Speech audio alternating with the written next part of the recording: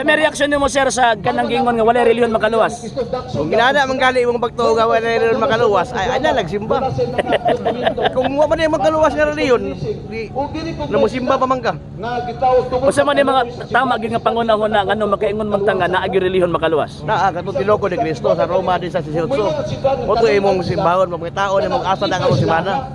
Okay. Ayo. Mga tao ni mga reliyon. Okay. Walay relihiyon nga makaluwas katong tinukod sa mga pastor. Pero ang tinukod ni Kristo mo ito yang luwason. Mo to relihiyon nga makaluwas nga. Nunod pod sa atong mga tinuhatan.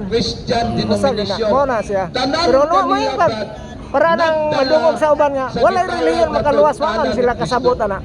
Wala man na gitudlo sa Katoliko nga tinuod ka nga Katoliko, hinimbahon ka. Wala na gitudlo nga wala relihiyon nga makaluwas.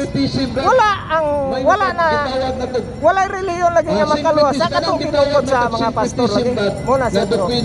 Sa tinukod ni Kristo mo bito yang Makaluwas. Okay. Thank you. Ako ikasulti ana nga moingon nga walay relihiyon makaluwas. Kung kanang iyang pagsulti wa gid siya masayod ana, pwede gyapon siya nga magpasaylo siya sa Ginoo. Kay ang giingon man ko diha nga kanang relihiyon usa man kun siya ka pamaagi mahitungod sa kaluwasan. Kay ang relihiyon gitawag na religare, connection worship to God.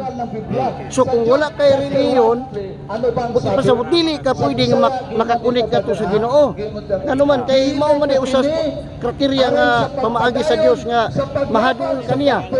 So pag ingon nimo nga wala relihiyon makaluwas, buti pa sa imong gipasabot sa imong galingon nga bisag unsa la imong pasukan kay ang relihiyon makaluwas. O pwede nga wa jud kay relihiyon.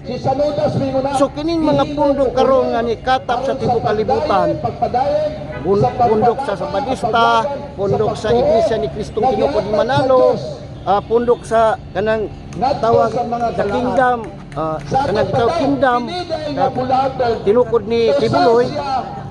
Ug imo nang sabton kana sila nga sistema, mga pundok na siya. Mga pundok na. So kanang ilang pagwali nga sila maluwang puti pasabot ana nagpunting na nga ini dia ang gitawag nga relihiyon makaluwas ni. Pero usa na matang sa gigamit nila nga rason aron makatuha sila mga tao nga walay relihiyon makaluwas aron nga makakabig sila mga tao aron makuha nila nga maingon ka nga kanang ilahang pundok mao gyud ang relihiyon nga gitukod sa Ginoo. Ang ikasulti ko lang nga kanang pag-ingon way relihiyon makaluwas diha sa Biblia naagi relihiyon nga tinukod sa atong Ginoo.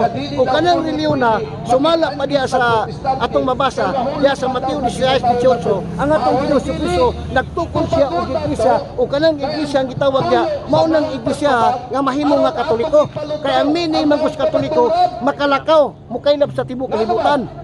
So karon ung ato nang basahon ang maong gitawag nga Biblia niingon si Kristo sa Mateo 28:19-20 usa panlakaw kamo ato sa katawhan sa tibuok kalibutan ug himuwa sila nga akong magtinuran ug bunyagi sila sa ngalan sa Amahan ug sa Anak ug sa Espiritu Santo ug tudloy sila sa tanan nga akong gisugo kaninyo ug hinumdumi magauban ako kaninyo kanunay hangtod sa katapusan sa kalibutan. Yaku sa ila pang pinulungan Leontes ergo dociti omnes gentis baptisantes eos nomine Patris et Filii et Spiritus Sancti docentes eos servari omnia kiki mandabis mubis etis ego mubis omnibus os quiad kusumantunin sangkuli. Nga kining simbahan na mao man ning simbahan ang gitukod ni Kristo, mao sa ning simbahan ang pagluwason. Kay kanang mong gitawag nga simbahan relihiyon kana siya. Kay niingon ang sirak